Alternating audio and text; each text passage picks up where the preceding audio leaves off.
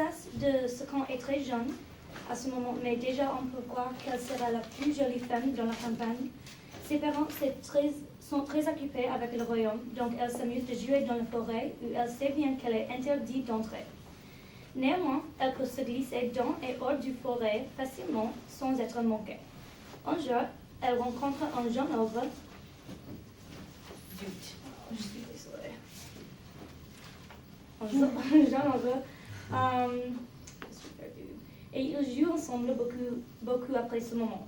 Bien sûr, sa famille ne peut pas savoir. La princesse du royaume, en amie d'un ogre, oh là là. Les mois et les années se passent et la princesse se trouve confort dans la forêt avec l'ogre. Chaque moment qu'elle pouvait échapper, elle serait là. Les deux grandissent ensemble et quand elle a un problème dans sa vie réelle, elle peut échapper aux forêts et être libre des responsabilités d'une princesse. Quelques années plus tard, ses parents veulent qu'elle se marie quelqu'un puissant et bien connu. Il y a beaucoup qui est venu pour la donner des cadeaux et essayer à gagner la cœur de la princesse. Elle ne l'intéresse. Après environ une année, son père, fâché qu'elle ne choisit pas encore un homme, a une idée. Il dit que tous les chevaliers doivent obtenir quelque chose ou faire quelque chose qui serait la princesse et le royaume plus sain et sauf. Ils ont 2 ou 3 semaines. Pendant la première semaine, ce chevalier, déjà le favori du père, la suit dans la forêt et la voit avec l'ogre. Immédiatement, le chevalier peut voir qu'elle aime bien ce ogre et tout pendant qu'elle a ce point d'échapper, elle ne se marie à personne. L'ogre et la princesse parlent de tout. La princesse révèle qu'elle n'aime aucun des chevaliers et aussi qu'elle déteste le chevalier qui écoute.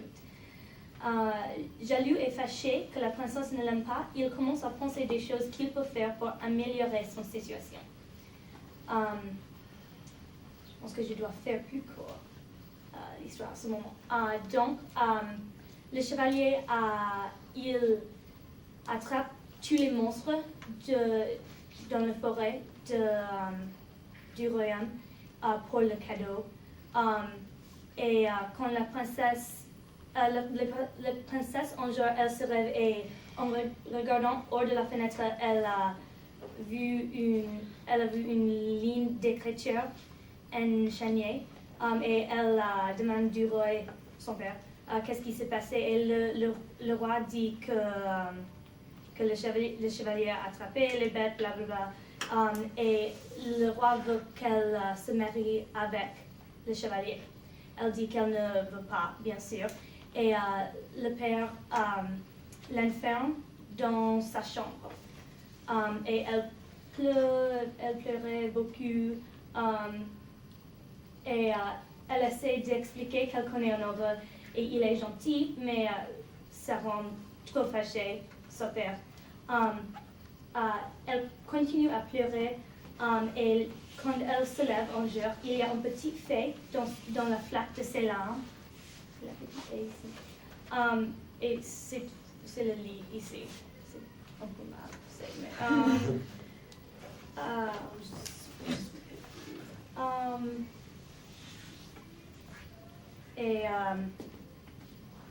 la petite fée, elle dit, je peux vous aider, dit la fée, je vais se réaliser un souhait pour vous, pour guérir votre douleur. Bien sûr, la princesse rapidement souhaite d'être avec son ami, l'ogre, et soudainement, elle se trouve dans une prison hors de la cellule qui est en train de détenir l'ogre. La fée a disparu, mais la princesse se moque qu'elle est avec son meilleur ami. C'est ici.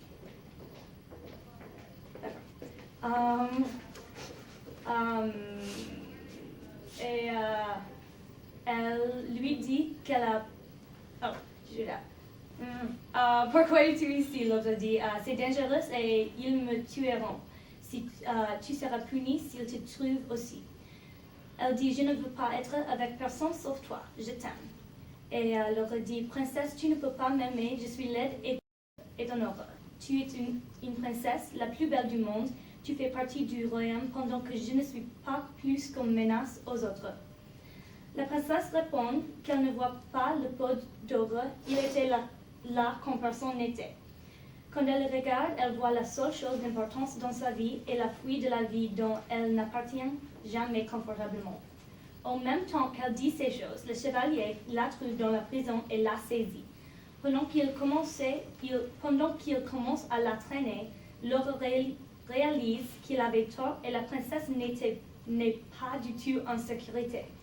Il essaie de casser les grilles, mais il n'est pas assez fort. Pendant qu'il tire aux grilles et pendant qu'il inquiète de la princesse, il sue beaucoup, ça veut dire sweat. De la flaque de sa sueur vient la même fée qui agite sa baguette et ouvre la porte de la cellule. Le reprend la princesse et met le chevalier dans la cellule et l'enferme là.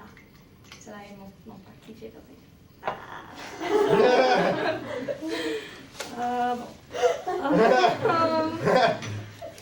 D'accord. Les deux échappent aux forêts comme la princesse a fait tant de fois.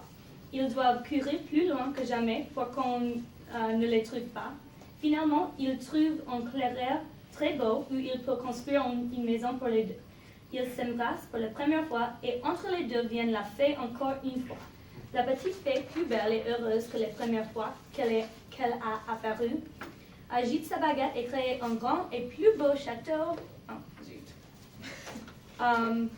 que celui-là de la princesse.